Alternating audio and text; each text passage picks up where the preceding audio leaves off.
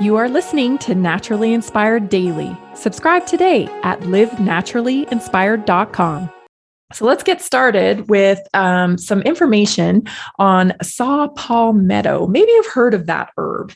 I found it particularly interesting when I started looking it up because I'm reading a book and it mentions it. So let's take a look at that Dr. Axe website where he talks about it and the benefits of saw palmetto for prostate and hair loss. There's actually quite a few benefits that he lines out. It definitely has great benefits to prostate, and it treats benign prostatic hypertrophy, BPH, which is something common that a lot of men deal with as they get older. So that's a really interesting thing. Keep that in your mind, and we're going to talk about that in a couple minutes here. It has the ability that it may reduce risk of prostate cancer. It helps with hair loss, which that was something new I hadn't heard before. I know it helps hormone levels, specifically in testosterone. So that makes sense how it would help with prostate. Supports urological systems. So a lot of good benefits for men here. And you can look that up on Dr. Axe's website. It's called Saw Palmetto Benefits for the Prostate and Hair Loss. It's a great article. So the reason why I bring that up is because I thought this would be a great way to kind of demonstrate how our health system works in the US. So we know, there's an article from Healthline as well. Let's bring that article up.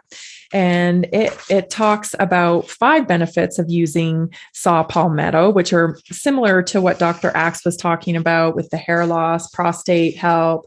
But it also says here that it helps decrease inflammation, which is an interesting thing. So, more than one source here attributing to the fact that saw palmetto could be very helpful, particularly for men. So reading this book called Politics and Healing by Daniel Haley, actually one of my listeners gave it to me, and I'm so grateful he did. I wish I had started it sooner because it's a very, very interesting book, and it's right up my alley in terms of explaining how our health system got to kind of the point we're at today.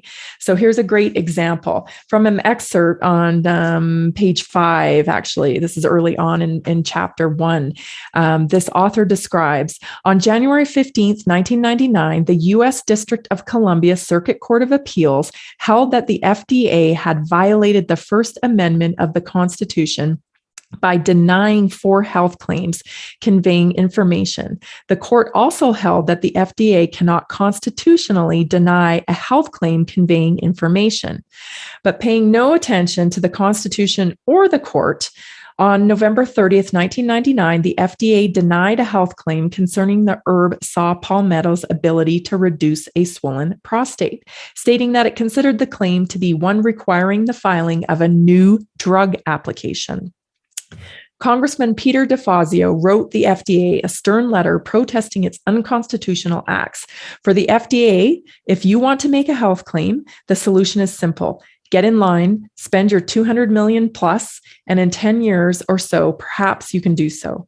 Since the saw palmetto herb cannot be patented, the American male consumer is out of luck at learning about the effective, harmless, and far cheaper product unless someone can persuade the FDA to obey the Court of Appeals.